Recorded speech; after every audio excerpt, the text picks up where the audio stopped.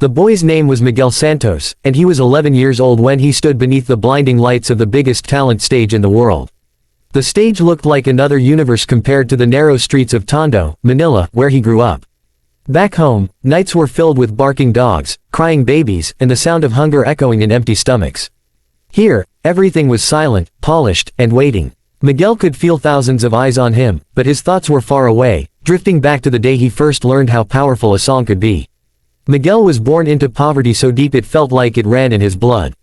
His father had been a dock worker who lost his job after an accident crushed 2 fingers, leaving him unable to lift heavy loads again.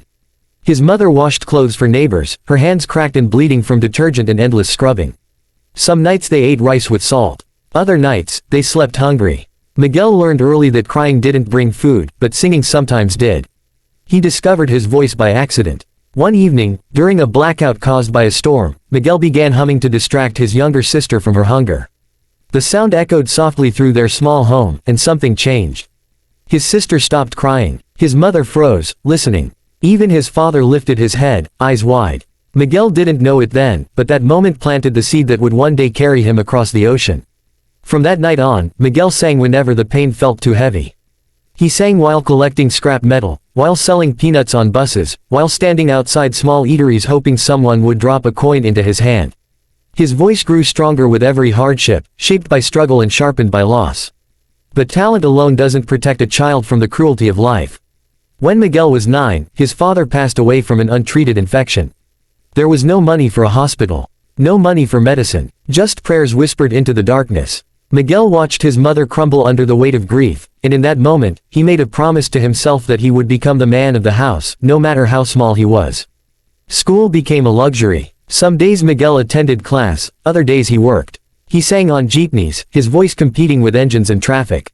Most people ignored him. A few smiled. One woman cried and gave him a 5-peso coin, telling him he reminded her of her son in America. Miguel held onto that moment like a treasure.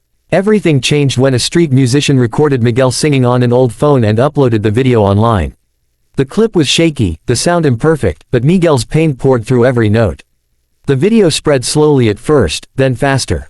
Comments came from strangers across the world who couldn't believe such a powerful voice belonged to such a small boy. Weeks later, a man in a clean shirt arrived at Miguel's home. He spoke about auditions, about a global stage, about judges who could change lives. Miguel's mother was afraid. Big promises had broken too many hearts before. But when she looked into her son's eyes, she saw something she couldn't deny. Hope. The journey to the audition was Miguel's first time leaving Manila. He slept on buses, clutched his mother's hand through airports, and stared in awe at a world he'd only seen on borrowed phones. When they arrived, Miguel almost turned back. The other contestants wore clean clothes, expensive shoes, confident smiles. Miguel wore a borrowed shirt and shoes 2 sizes too big. Backstage, a producer questioned whether Miguel was ready. He looked too thin, too scared, too young. Miguel heard the whispers and felt his chest tighten. His mother squeezed his hand and whispered, "Sing like you do. When you think no one is listening." When Miguel finally walked onto the stage, the judges smiled politely. One judge leaned forward, asking what song he planned to sing. Miguel answered softly, his accent thick, his hands shaking. The audience murmured. Expectations were low. Then the music started. Miguel closed his eyes, and the first note changed everything. His voice carried years of hunger, loss, and longing. It wasn't perfect, but it was honest. Each lyric felt like a confession, each note like a wound reopening. The audience went silent. One judge's smile faded into disbelief. Another pressed a hand to their mouth. By the chorus, tears streamed freely down faces that had seen thousands of performances. Halfway through the song, Miguel's voice cracked. For a split second, it seemed like he might break. Instead, he pushed through, stronger than before.